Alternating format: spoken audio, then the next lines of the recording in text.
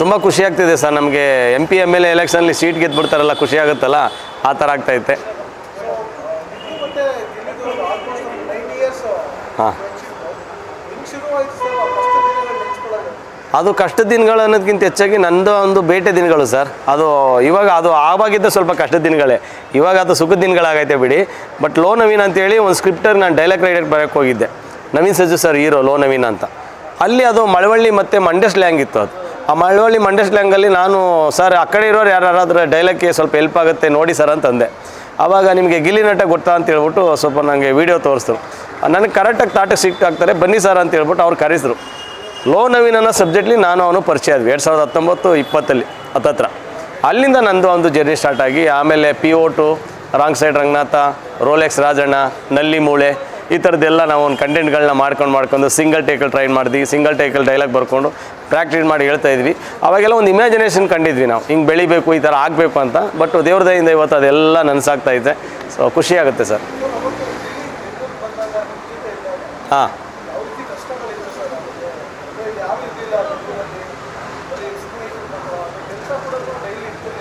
ಹೌದೌದು. ಅವನು ಒಳ್ಳೆ ಟ್ಯಾಲೆಂಟೆಡು.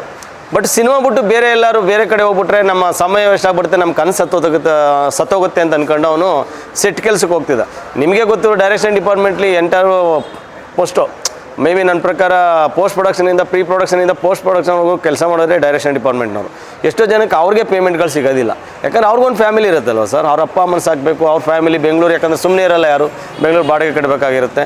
ಆ ಥರ ಸಿಚುವೇಷನ್ ಇದ್ದಾಗ ಡೈರೆಕ್ಷನ್ ಡಿಪಾರ್ಟ್ಮೆಂಟ್ ಸ್ವಲ್ಪ ಪೇಮೆಂಟ್ ಕಮ್ಮಿ ಆಯ್ತದಲ್ಲ ಅಂತ ಹೇಳ್ಬಿಟ್ಟು ಡೈರೆಕ್ಟರ್ ಆಗಬೇಕು ಅಂತ ಬಂದವನು ಸೆಟ್ ಕೆಲಸಕ್ಕೆ ಹೋಗ್ತಾ ಇದ್ದ. ನಾನು ಸೆಟ್ ಕೆಲಸ ಮಾಡಿದ್ದೀನಿ, ಹಂಗಾಗಿ ಅವನು ಆ ಕೆಲಸಕ್ಕೆ ಹೋಗ್ತಾ ಇದ್ದ, ನಾನು ಬೇರೆ ಕಡೆ ಕೆಲಸ ಮಾಡ್ತಾಯಿದ್ದೆ. ಆಗ ಆ ದಿನಗಳಲ್ಲೆಲ್ಲ ನಾನು ಅವ್ನ ಬೆನ್ನಿಂದ ಇದ್ದೆ. ಹಾಗಾಗಿ ಅಟ್ಲೀಸ್ಟ್ ಅದು ಮಾಡ್ಕೊಂಡು ಬ್ಯಾಲೆನ್ಸ್ ಮಾಡ್ತಾಯಿದ್ವಿ. ಅವನು ಶಾರ್ಟ್ ಮೂವೀಸ್ ಕಂಟೆಂಟ್ ಏನಿರುತ್ತೆ ಅದನ್ನೆಲ್ಲ ರೆಡಿ ಮಾಡಬೇಕಾದಾಗ ನಾವು ಇದರಿಂದನೇ ಹೋಗೋಣ ಅಂತ ಡಿಸೈಡ್ ಮಾಡಿದ್ವಿ. ಮೇ ಬಿ ಲಾಸ್ಟ್ ಮಾಡಿದ್ದೆ ರೋಲೆಕ್ಸ್ ರಾಜಣ್ಣ.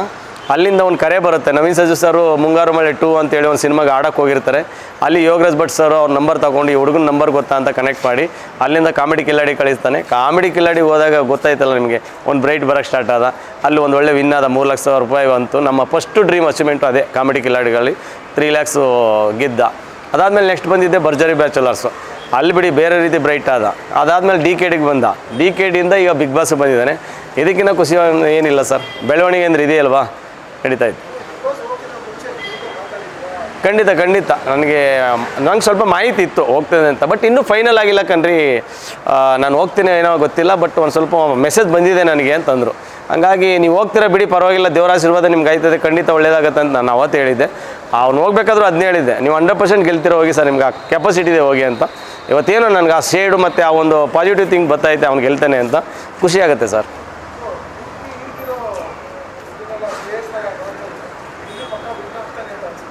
ಅದು ನಾವು ಲಾಸ್ಟಲ್ಲಿ ಕೈ ಎತ್ತರಲ್ಲ ಸುದೀಪ್ ಅಣ್ಣ, ಅಲ್ಲಿ ಗಂಟೆ ಹೋಗಿ ಕಳ್ಕೊಳ್ಳಲ್ಲ, ಅದ್ರ ಮೇಲೂ ಕಳ್ಕೊಳ್ಳಲ್ಲ. ಯಾಕೆ ಹೇಳಿ, ಬಿಗ್ ಬಾಸಲ್ಲಿ ಗೆಲ್ತಾನೆ ಇಲ್ವೋ ಅದು ನಾನು ತಾಟಲಿಲ್ಲ, ಬಟ್ ಕಾನ್ಫಿಡೆಂಟ್ ಇದೆ. ಬಟ್ ಅವ್ರ ಕನ್ನಡಿಗರ ಹೃದಯ ಗೆದ್ದಿದ್ದಲ್ಲ, ನಮ್ಗೆ ಅಷ್ಟೇ ಸಾಕು ಸರ್. ನನಗೆ ಫೀಡ್ಬ್ಯಾಕಾ, ಅದು ಒಳ್ಳೆ ಫೀಡ್ಬ್ಯಾಕ್ ಸಿಕ್ಕಿದೆ ಸರ್.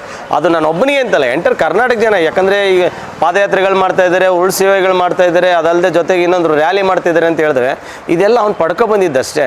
ಯಾಕಂದರೆ ಅವನು SS ಅನ್ನೋದಕ್ಕೆ ತಪಸ್ಸು ಕೂತಿದ್ದ. ಅವನು ಆ ತಪಸ್ಸು ಕೂತಿದ್ದದಕ್ಕೆ ಇವತ್ತು ಏನೋ ಬ್ಲೆಸ್ಸಿಂಗ್ ಸಿಕ್ಕಿದೆ ಅವನಿಗೆ ದೇವ್ರದ್ದು.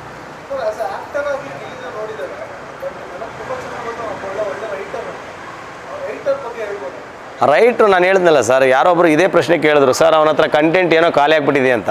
ಕಂಟೆಂಟ್ ಖಾಲಿ ಆಗಿಲ್ಲ ಸರ್, ಕಂಟೆಂಟು ಟನ್ಗಟ್ಲೆಲ್ಲ ಐತೆ ಅವನ ಹತ್ರ. ಸೊ ಇವಾಗಲೇ ಸ್ವಲ್ಪ ಹಂಚಿರೋದು, ಇದೆಲ್ಲ ಟ್ರೈಲರ್ ರೀತಿ. ಯಾಕಂದ್ರೆ ನನ್ನ ಕನಸು ಅವ್ನ ಕನಸು ಮ್ಯಾಚ್ ಮಾಡಬೇಕಾದಾಗ ಸುಮಾರು ಜನಕ್ಕೆ ಗೊತ್ತಾಗ್ಬಿಡ್ತಿದೆ ಅದು. ನಾನು ಅವನು ಡೈಲಾಗ್ ಬರೀಬೇಕಾದಾಗ ನಾವೆಲ್ಲ ಡಿಸ್ಕಷನ್ ಮಾಡಿ ಡೈಲಾಗ್ ಬರೀತಿದ್ವಿ. ಬಟ್ ಮ್ಯಾಚು ಅಂತಾರಲ್ಲ, ಈ ಪ್ಯಾಂಟು ಶರ್ಟು ಅಂತಾರಲ್ಲ, ಆ ಥರ ನನಗೂ ಅವನು ಪರಿಚಯ ಆಗಿದ್ದು, ನನ್ನ ತಾಟು ಅವ್ನ ತಟ್ಟಿದ್ದು ಎರಡು ಒಂದೇ ಥರ ಇತ್ತು. ಹಾಗಾಗಿ ಅವನಿಗೂ ನನಗೂ ಮ್ಯಾಚ್ ಆಗಿ ಇವತ್ತು ಡೈಲಾಗ್ ಬರೆದು ಆ ಡೈಲಾಗೆಲ್ಲ ಇವತ್ತು ಫೇಮಸ್ ಆಗಿದೆ ಅಂತ ಹೇಳಿದ್ರೆ ಅದು ಬಿಡಿ ನೆಕ್ಸ್ಟ್ ಲೆವೆಲ್ ಅದು.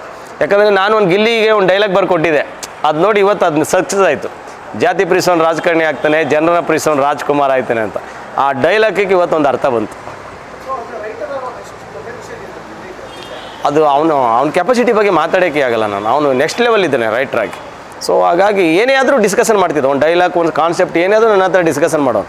ಸರ್ ಹಿಂಗೆ ಮಾಡೋಣ ಅಂತ ಅಂದ್ಕೊಂಡಿದ್ದೀನಿ, ಹಿಂಗೆ ಮಾಡೋಣ ಅಂತ ನಾನು ಐಡಿಯಾಗಳು ಕೊಡ್ತಿದ್ದೆ, ಅವನು ಐಡಿಯಾ ಕೊಡ್ತಿದ್ದೆ, ಎರಡನ್ನೂ ಸಿಂಕ್ ಮಾಡಿ ಆ ಥರದ್ದು ಒಂದು ಮಾಡ್ತಾಯಿದ್ದೆ.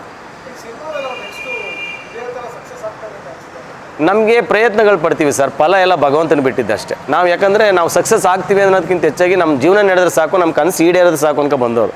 ಇವತ್ತು ನಾವು ಏನು ಅಂದ್ಕೊಂಡಿದ್ವಿ ಅದಕ್ಕೇನು ಡಬಲ್ ಸಿಕ್ಬಿಟ್ಟಿದೆ. ಅದಕ್ಕೇನು ಡಬಲ್ ಅಂತಲೇ ಹೇಳ್ಬಾರ್ದು, ಅದಕ್ಕೆ ಮೀನಿಂಗೇ ಇಲ್ಲ. ಅದು ಆ ಲೆವೆಲ್ಗೆ ಹೋಗಿದ್ದಾನೆ. ಬಟ್ ಅವನಿಗೆ ಆದಂಥ ಒಳ್ಳೊಳ್ಳೆ ಕತೆ ಮಾಡಿ ಇಟ್ಟಿದ್ದೀನಿ ನಾನು. ಅವ್ನಿಗೆ ನನ್ನ ಕೆಪಾಸಿಟಿ ಅವ್ನಿಗೆ ಗೊತ್ತು, ಅವ್ನ ಕೆಪಾಸಿಟಿ ನನಗೆ ಗೊತ್ತು. ಹಾಗಾಗಿ ಇಬ್ಬರಿಗೂ ಮ್ಯಾಚ್ ಆದರೆ ಒಳ್ಳೊಳ್ಳೆ ಸಿನಿಮಾ ಕೊಡಬೇಕು ಕನ್ನಡಿಗರಿಗೆ ಅಂತ ಹೇಳಿ ನಮ್ಗೆ ತುಂಬ ಆಸೆ ಇದೆ. ಆ ಪ್ರಯತ್ನಗಳು ಮಾಡ್ತೀವಿ.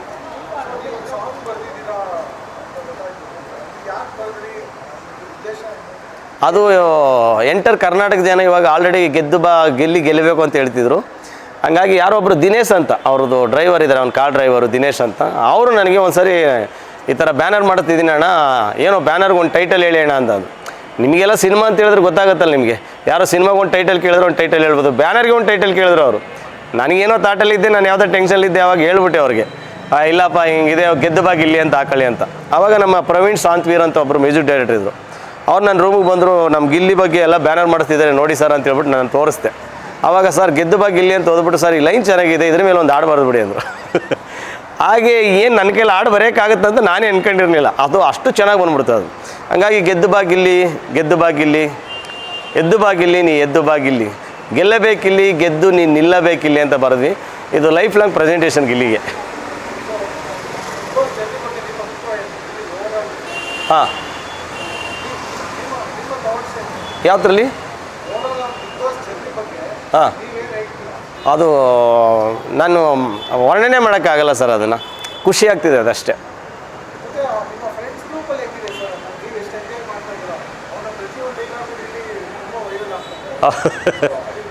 ಇಲ್ಲ ಸರ್, ನಾನು ಅದನ್ನು ಅವನಿಗಿನ ಹೆಚ್ಚಾಗಿ ಫೀಲ್ ಮಾಡ್ತಿದ್ದೀನಿ. ಬಹುಶಃ ಬಿಗ್ ಬಾಸಲ್ಲಿ ಅವ್ನ ಒಳಗಡೆ ಇರೋದ್ರಿಂದ ಈ ಒಳಗಡೆ ಸರೌಂಡಿಂಗ್ ಏನು ನಡೀತಿದೆ ಅಂತ ಗೊತ್ತಿಲ್ಲ. ಬಂದ ಮೇಲೆ ಅವನು ಎಷ್ಟು ಖುಷಿ ಪಡ್ತಾನೆ ಅದಂತೂ ಗೊತ್ತಿಲ್ಲ. ಬಹುಶಃ ಅದು ಎಲ್ಲೇ ಮೀರಿದ್ದು ಅವ್ನು ಖುಷಿ ಬಿಡಿ.